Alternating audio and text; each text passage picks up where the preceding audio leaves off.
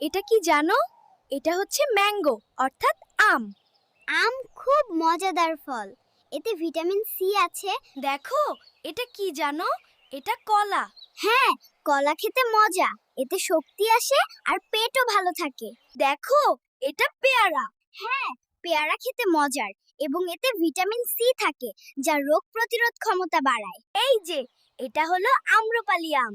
আম্রপালি আম খুব মিষ্টি। এর মধ্যে ভিটামিন সি আছে, খেলে শক্তি বাড়ে। দেখো, এটা স্ট্রবেরি। স্ট্রবেরি মিষ্টি আর সুস্বাদু হয়।